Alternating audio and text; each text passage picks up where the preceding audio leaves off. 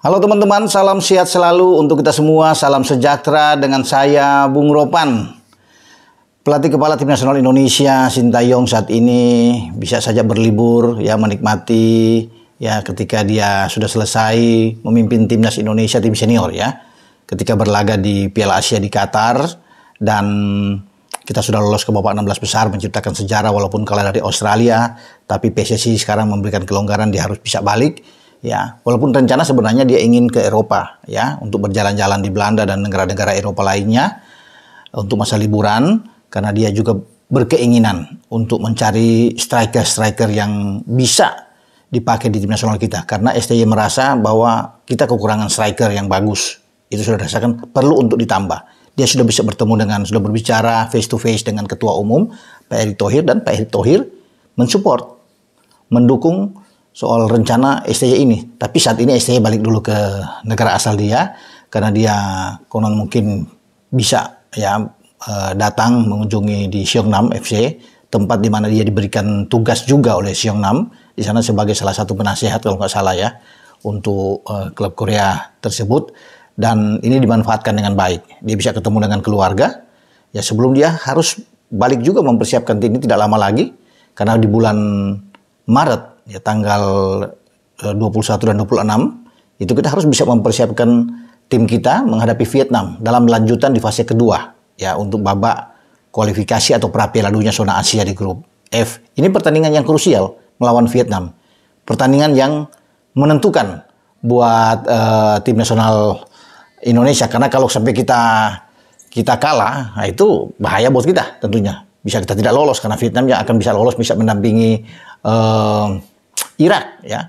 Makanya kita harus fight di sini. STY punya tugas utama, harus memikirkan tim yang baik, tim yang tangguh untuk bisa menjamu Vietnam nantinya di situ. Dan kita akan lihat perkembangan ke depan, apakah striker-striker yang nanti bisa diandalkan oleh STY untuk berikut. Kalau dia bisa mendapatkan striker terbaik jika dia bepergian ke Eropa, siapa yang akan diambil? Karena banyak dari netizen teman-teman semua yang sudah memberikan usulan bahwa oleh Terhar Romani yang di Utrecht itu bisa diambil, bisa diangkut untuk bisa memperkuat. Ini bagus untuk bisa bersama dengan, apalagi kalau Ragnar Oratmangun itu sudah di naturalisasi, sudah diambil sumpah, ini kan jauh lebih bagus. Kita ada Rafael Struijk depan.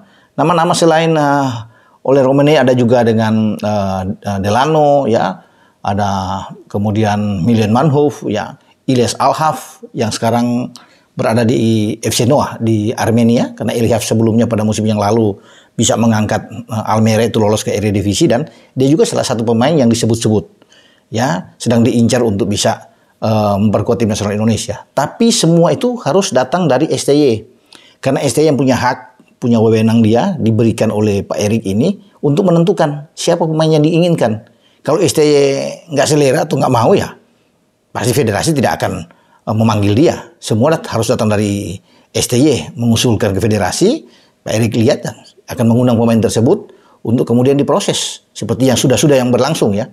Tapi kalau menghadapi Vietnam nantinya, kalau STY balik dari liburan dia, itu kita akan menunggu proses naturalisasi yang sempat tertunda, yang semestinya surat-surat sudah lengkap Ragnar Oratmangun bersama dengan Tom Haye, tetapi karena ada reses di DPR RI sampai pada awal bulan Maret depan, makanya itu menjadi PR ya bagi PSSI sendiri untuk menggenjot ini ya.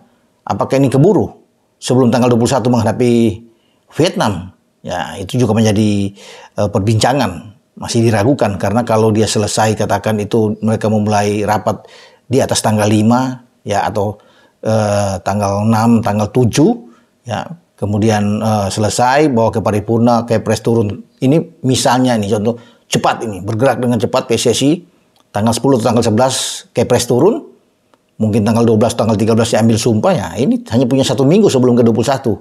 Apakah ini bisa untuk alih federasi? Karena kan harus menunggu perpindahan federasi dari Belanda ke Indonesia. Ini menjadi masalah juga, karena Jay Isyas juga sampai sekarang juga belum jelas ya. Tapi saya kira Jay Isyas akan bermain bersama dengan tim nasional kita pada bulan Maret. Kalau Ragnar dan Top ini sudah ada, saya pikir ini kuat tim kita. Ya apalagi kan kita masih menunggu Nathan diambil sumpah, karena Nathan sudah di penghujung, tinggal ambil sumpah, Nathan ada. kekuatan skuad dari STY bagus ya. Tapi yang paling penting juga sebelum dia kembali ke Indonesia, STY mungkin saja akan melanjutkan perjalanan dia ke Eropa. Ketika dia berada di sana untuk bisa melihat siapa-siapa pemain yang dia akan ambil ya, untuk diproses, karena itu tidak mudah. Kalaupun dia ambil nantinya datang itu diusulkan, bukan serta-merta ini melawan Vietnam sudah bisa main, enggak. Karena yang baru-baru itu nantinya diusulkan, itulah kemungkinan besar akan main di bulan Juni. Jika misalnya Oleg Romani datang atau Ilyas Al-Haf muncul nongol di sini ya, Milan Manhoef, nama-nama itu kan yang disebut-sebut. Ada juga pemain-pemain belakang seperti Jairo Hedelwelt, ya bisa digaungkan juga bisa akan datang, ya bisa saja itu. Tapi itu nanti di bulan Juni, ya. Bahkan mungkin setelah Juni baru ada ke depan lagi untuk bisa bertarung. Kalau kita lolos ke putaran berikut, misalnya putaran ketiga di Piala Dunia itu kan di September, kita akan bermain. Mungkin di sana. Kalau striker-striker yang akan diambil nantinya, ya semua tergantung tentang percepatan yang dilakukan oleh PSSI, Kemenpora dan Kemenkumham. Jika STY sudah mendapatkan itu, nah, kita tunggu ya. Semoga ya oleh Romani ini ya bisa datang, ya kita akan kuat di lini depan. Sangat bagus karena lini depan itu selain Rafael kita masih punya Yakob Sayuri. Ya masih punya Ramadan Sananta, pemain muda juga yang dipersiapkan di U23 bermain di Qatar. Jadi kita sebenarnya kuat, tinggal menambah 2 pemain lagi di garis depan atau 1 di depan lagi. Karena Ragnar itu kan bermain lebih melebar di garis depan memang. Rafael juga bukan striker murni. Rafael cuma dipaksakan bermain di striker. Dia bermain agak melebar juga. Ya ketika di U23 di Solo juga ketika kita lolos, ya Ramadan Sananta yang ada di sana, Rafael bergerak dari luar ya untuk bisa masuk ke dalam. Tapi kalau ada 1 striker murni yang betul-betul didapatkan oleh STY, ya ini yang kita tunggu nantinya. Tentunya dengan posisi grade A. Kalau Oleg Romani ini kan di grade A karena dia bermain di divisi atas, di Eredivisie bersama dengan Utrecht. Jadi wajar dia pantas untuk bisa didatangkan. Banyak juga yang menginginkan Ilyas Al-Haf ya akan datang. Tapi oke ya, untuk Ilyas Al-Haf kita akan bahas berikutnya. Bagaimana apakah STY berminat atau tidak dengan pemain yang satu ini, ya kita akan lihat. Tapi yang pasti kita menunggu ya kabar terbaik yang datang dari STY untuk seorang striker atau mungkin 2 pemain lagi akan ditambah di sana.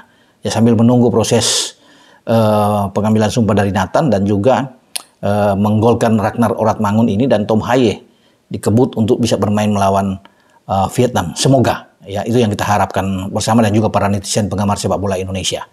Oke, dengan saya Bung Ropan, semoga STY baik-baik saja di Korea dan dia bisa kembali juga dengan keadaan yang bugar dan dia bisa mempersiapkan tim ini karena ada berurutan ya. Di Maret lawan Vietnam dan di April itu dia sudah harus bersiap di Qatar untuk U23.